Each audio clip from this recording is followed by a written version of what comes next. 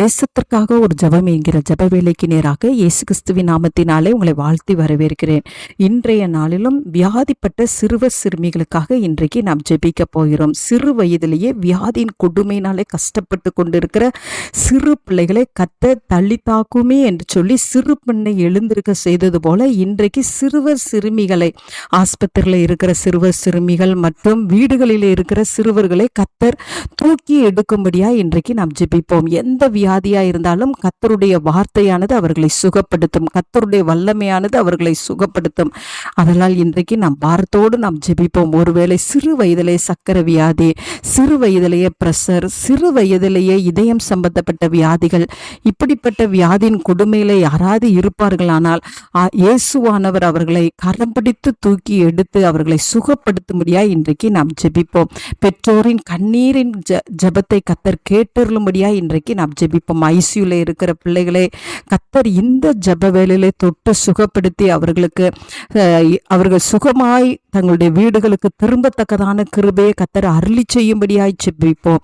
என்ன வியாதியா இருந்தாலும் தேவனுடைய வார்த்தையானது அவர்களை சுகப்படுத்துறதுக்கு போதுமானதா இருக்கிறது. அவருடைய ரத்தமானது அவர்களை சுகப்படுத்தும். அவருடைய காயத்தின் தழும்புகள் சிறு பிள்ளைகளை சுகப்படுத்தும். அதனால் இன்றைக்கு நாம் பாரத்தோடு நாம் கண்களை மூடி தேவனை நோக்கி ஜெபிப்போம். எங்களை நேசிக்கிறதான நல்ல தகப்பனே, இந்த நாளுக்காக நாங்கள் நன்றியோடு உம்மை ஸ்தோத்தரிக்கிறோம். வியாதியின் படுக்கையில இருக்கிற சிறுவர்களுக்காக நாங்கள் பாரத்தோடு நாங்கள் ஜெபிக்கிறோம். சுவாமி ஆண்டவரே, உமக்கு ஸ்தோத்திரம். தள்ளி தாக்குமே என்று சொல்லி ஆண்டவரே அந்த சிறு பெண்ணை எழுந்திருக்க பண்ணீங்க ஆண்டவரே. அப்படியாய் ஆண்டவரே, இன்றைக்கு ஆண்டவரே எந்த வியாதியின் படுக்கையில இருந்தாலும் கர்த்தருடைய வல்லமையானது தொட்டு சுகப்படுத்தி ஆண்டவரே அவர்களை எழுந்திருக்க பண்ணும்படியாய் நான் ஜெபிக்கிறேன் அப்பா. ஆண்டவரே உமக்கு ஸ்தோத்திரம். ஆண்டவரே உமக்கு நன்றி அப்பா. இதயம் சம்பந்தப்பட்ட வியாதிகள் ஆண்டவரே உம்முடைய பிள்ளைகளை தொட்டு இருக்குமானால் கர்த்தருடைய கரம் இப்பொழுது ஆண்டவரே அந்த பிள்ளைகளுடைய இருதயத்தை புதிதாக்கும்படியாய் ஜெபிக்கிறேன். எந்த உறுப்பு இந்த வேளையிலே ஆண்டவரே பழுதடைந்து போய்விட்டது என்று சொல்லி ஆண்டவரே டாக்டர்ஸ் சொல்லுகிறாங்களோ, கர்த்தருடைய வல்லமையான கரம் அவர்களை தொட்டு சுகப்படுத்தும்படியாய் ஜெபிக்கிறேன் சுவாமி. ஆண்டவரே ஐசி வார்டில் இருக்கிற சிறு பிள்ளைகளை ஆண்டவரே கர்த்தருடைய வார்த்தையை அனுப்பி அவர்களை நீங்க சுகப்படுத்தும்படியாய் நாங்கள் ஜெபிக்கிறோம் ஆண்டவரே. அப்பாவுமே நன்றியோடு ஸ்தோத்தரிக்கிறோம்.